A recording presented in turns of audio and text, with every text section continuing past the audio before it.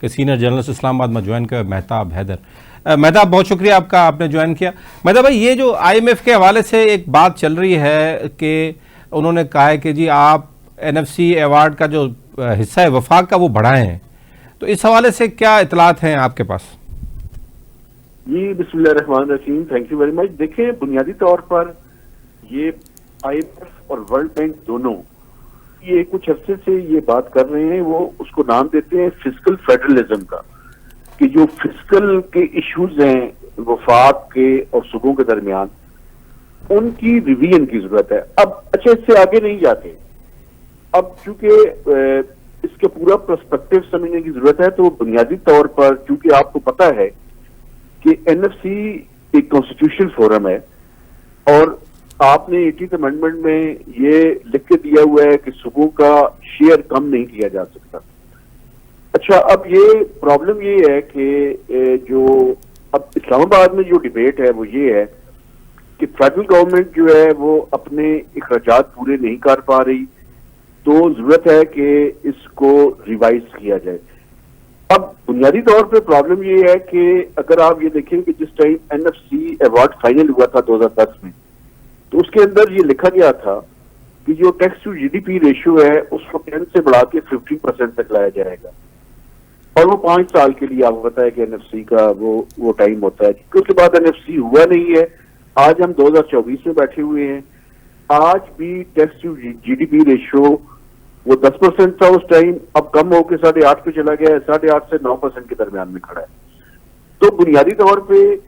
जो tax to GDP ratio बढ़ाने की बात थी वो नहीं हो सकी। अब ये कॉन्स्टिट्यूशन फोरम है, कॉन्स्टिट्यूशनल फोरम से मुराद ये है कि NFC का कोई भी डिसीजन यूनिलैटरली नहीं हो सकता। NFC का डिसीजन यूनानिमस और चारों सूबों और मरकज के दरमियान इत्तेफाक राय से सिर्फ हो सकता है। ये मैं जरूर मानता हूं कि NFC में रिफॉर्म्स की जरूरत है, लेकिन वो रिफॉर्म्स किस तरह की हो सकती हैं, इस पे एक डिस्कशन ऑफ कोर्स सूबों और मरकज के दरमियान उसकी गुंजाइश जरूर मौजूद है। फॉर इंस्टेंस, जो शेयर सूबों के पास आता है उस शेयर का कोई ना कोई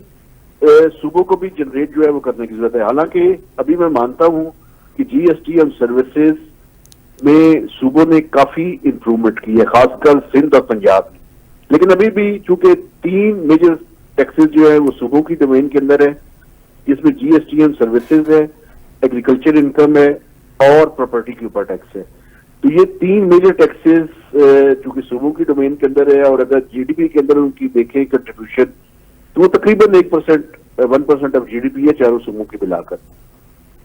वहां पे डेफिनेटली गुंजाइश मौजूद है। दूसरी जो गुंजाइश मौजूद है, मैं समझता हूं सूबों ने NFC के तहत सूबों को तो अपना शेयर मिल गया, लेकिन चारों सूबों में जो PFCs का फोरम था और उसको जितना स्ट्रेंथन होना चाहिए था वो उतना नहीं है, क्योंकि उसकी बुनियादी वजह सिंध के अंदर तो चले ठीक है, मैं मानता हूं, लेकिन बाकी सूबों के अंदर लोकल गवर्नमेंट का सिस्टम उस हद तक मौजूद नहीं है और उतना इफेक्टिव भी नहीं है। तो ये PFCs का जो फोरम है इसको भी जो है वो बेहतर करने की जरूरत है। और तीसरी बात ये है जिस पे मैं समझता हूं कि IMF भी इस पे बात कर रहे हैं, वो ये कह रहा है कि आप मीडियम टू लॉन्ग टर्म में सूबे और मरकज मिलकर एक ऐसा टैक्स कलेक्शन का निजाम बनाएं जिसमें नेशनल टैक्स एजेंसी हो जो ऊपर अम्ब्रेला हो, और सूबों और मरकज के दरमियान बेहतर कोऑर्डिनेशन हो, डेटा एक्सचेंज हो, ताकि उसके नतीजे में जो ब्रॉडनिंग ऑफ टैक्स बेस का काम है वो किया जा सके। लेकिन ये कॉन्स्टिट्यूशनल फोरम है, ये किसी मल्टीलैटरल की ख्वाहिश पर इसको रिवर्स करना ऑलमोस्ट नामुमकिन है। कॉन्स्टिट्यूशनल अमेंडमेंट अगर कोई लाना चाहे तो वो एक डिबेट हो सकती है, बाकी इस फोरम की मौजूदगी में और 18th अमेंडमेंट की मौजूदगी में ये ख्वाहिश तो हो सकती है, लेकिन इसको रिवर्स नहीं किया जा सकता। मेहताब साहब, ये जो आपने बड़ी अहम बात की है कि सूबे तो चलें, अपना रेवेन्यू बढ़ाने की जरूरत हर किसी को कोशिश करनी चाहिए और बेहतर से बेहतर हो, लेकिन ये FBR या जो नेशनल टैक्स एजेंसी जो भी हमारी है या नया जो भी उसका शेप आएगा, तो ये उस तरफ डायरेक्ट टैक्सेशन की तरफ बढ़ाने के लिए क्यों रियल एस्टेट पे टैक्स नहीं लगता, क्यों रिटेल सेक्टर पे टैक्स नहीं लगता? बहुत सारा टैक्स एवेजन हो रहा है, उस तरफ कोशिश नहीं हो रही, एफबीआर को बेहतर करने की कोशिश नहीं हो रही, तो ये सारा मलबा आके फिर सूबों पर डालना है कि जी नहीं इनसे कम करवा लें पैसे, बाकी हम तो नहीं बढ़ाएंगे टैक्स। नहीं, मैं समझता हूँ कि ये बिल्कुल आपकी बात ठीक है कि अगर आप ये देखें कि जो सेक्टर्स जिनका मरकज के पास भी जिनकी डोमेन है, मसलन जीएसटी ऑन गुड्स है, इसके अलावा बाकी इनकम टैक्स है, फेडरल एक्साइज ड्यूटी है, कस्टम्स है, तो वहां पे जो लीकेजेस हो रही हैं वो उसके मुतअद्दिद एस्टिमेट्स हैं। आईएमएफ का भी एक रिसेंटली एस्टिमेट सामने आया है, वो कहता है कि जो फेडरल गवर्नमेंट है वो ज्यादा से ज्यादा अगर इस टाइम 9% ऑफ या 10% ऑफ जीडीपी में खाता है उनका टैक्स पोटेंशियल, तो ये कोई 12.9% ऑफ जीडीपी तक जा सकता है। लेकिन वर्ल्ड बैंक और एफबीआर की अपनी असेसमेंट ये है कि अगर इस टाइम 9% ऑफ जीडीपी का उनका है तो इतना ही पोटेंशियल और मौजूद है, यानी इसको डबल किया जा सकता है बड़ी आसानी से। 72% टू 100% इसके अंदर इंक्रीज पॉसिबल है। उसमें तो बुनियादी मसला रियल एस्टेट पे तो बुनियादी मसला ये है कि पॉलिटिकल विल की जरूरत है। पॉलिटिकल विल नहीं है, रिटेलर्स जो हैं उन पर टैक्स नहीं। अभी भी ये जो आईएमएफ की टीम आई हुई है, अभी भी ये डिस्कशंस जारी हैं। एफबीआर ने एक सिंप्लीफाइड स्कीम बनाई हुई है रिटेलर्स के लिए, लेकिन आपको पता है मुस्लिम लीग नवाज की कॉन्स्टिट्यूंसी है ये रिटेलर्स, तो वो उनके ऊपर टैक्स लगाने में ले तो लाल से काम लेने की कोशिश कर रहे हैं। अभी भी फैसला नहीं हुआ क्योंकि आईएमएफ इसके बारे में हमने आईएमएफ से कमिटमेंट की हुई थी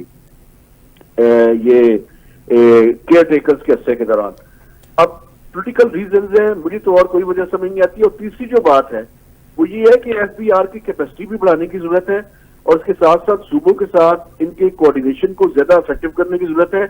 क्योंकि ये दोनों काम होंगे तो टैक्स नेट में इजाफा होगा। और आपकी ये बात बिल्कुल ठीक है कि डायरेक्ट टैक्सेस की तरफ जाने की जरूरत है, क्योंकि पूरी दुनिया में ऐसे होता है कि जो जितनी इनकम कमा रहा हो उसके हिसाब से टैक्स देता है। पाकिस्तान में बड़ा अजीब सा मामला है, इनडायरेक्ट टैक्सेस है, जीएसटी के जरिए हम कलेक्शन है हमारी, और जीएसटी का सबसे बड़ा विक्टिम जो है वो मिडिल इनकम और गरीब लोग हैं। चूंकि ये कंजम्पशन के ऊपर टैक्स है तो आम आदमी अपनी जरूरत की चीजें खरीदता है जो अपनी सैलरी में से, तो अगर उसकी इनकम के रेशो के हिसाब से देखें तो एक गरीब आदमी की इन टर्म्स ऑफ कंट्रीब्यूशन वो अमीर आदमी के मुकाबले में ज्यादा है, क्योंकि उसकी इनकम कम है और उसके ऊपर जो फिक्स जीएसटी है जिसका रेट 18% है जो कि वेरी हाई है, वो कंट्रीब्यूट कर रहा है। तो इस सारे पैराडाइम को जो है वो रिवर्स करने की और शिफ्ट करने की जरूरत है, लेकिन पॉलिटिकल रीजन की वजह से, वेस्टर्न इंटरेस्ट की वजह से हम ये करने में अभी तक नाकाम रहे हैं। इस पे मेहताब साहब आपसे आखिरी सवाल, इस ये जो भी फिस्कल डिस्ट्रीब्यूशन और फिस्कल स्पेस की बात हो रही है उसमें एक और तजावीज़ भी सामने आई हैं और वो सूबों तक पहुंच भी चुकी हैं और हमने सुना है कि शायद इस मरतबा इस बजट में उस पर अमल भी हो जाए, और वो ये है कि आप बेनजीर इनकम सपोर्ट प्रोग्राम के कुछ कंपोनेंट्स, फेडरल पीएसडीपी के कुछ सूबों वाले कंपोनेंट्स, एचईसी का मुकम्मल कंपोनेंट जो है, और उसके अलावा कुछ और एक दो चीज़ें जो हैं सब्सिडी ऑन फर्टिलाइज़र और इस किस्म की चीज़ें जो हैं, ये 4-5 चीज़ें उन्होंने कही जो सूबों के हवाले कर दे तो काफ़ी फिस्कल स्पेस आपके लिए निकल आएगा। उस पर आपकी नज़र में क्या इस वक्त अपडेट है या इस पर क्या कार्रवाई हो रही है? देखिए, इसका एसआईएफसी ने इसकी अप्रूवल दे दी है सर, और एसआईएफसी की अप्रूवल की रोशनी में कैबिनेट ने भी उसकी एक समरी उनके पास गई थी और केयर टेकर्स ने उसकी अप्रूवल दी है, जिसके तहत आप बिल्कुल ठीक कह रहे हैं कि जो प्रोविंशियल नेचर के प्रोजेक्ट्स हैं वो पीएसडीपी से जो आइंदा जो है वो फाइनेंस नहीं होंगे। एचईसी बिल्कुल आप ठीक कह रहे हैं कि हायर एजुकेशन कमीशन का वो भी शिफ्ट करना है और डाइवर्ट करना है सूबों की तरफ, और बीआईएसपी का भी बिल्कुल आपने बिल्कुल ठीक कहा है, और ये कोई तकरीबन 1000 अरब रुपए का इम्पैक्ट आता है ओवरऑल इसका, ये सारी चीजें जो ये 3-4 मैंने बयान की। और इसी तरह से फर्टिलाइजर की सब्सिडी की भी बात आप कर रहे हैं, तो ये बुनियादी तौर पे एक फिजिकल स्पेस क्रिएट करने की तो बात है, लेकिन एक बात मैं आपको बताऊं, इस फिजिकल स्पेस क्रिएट करने के साथ साथ हमें जो पाई और साइज ऑफ द केक है उसको भी बड़ा करने की जरूरत है।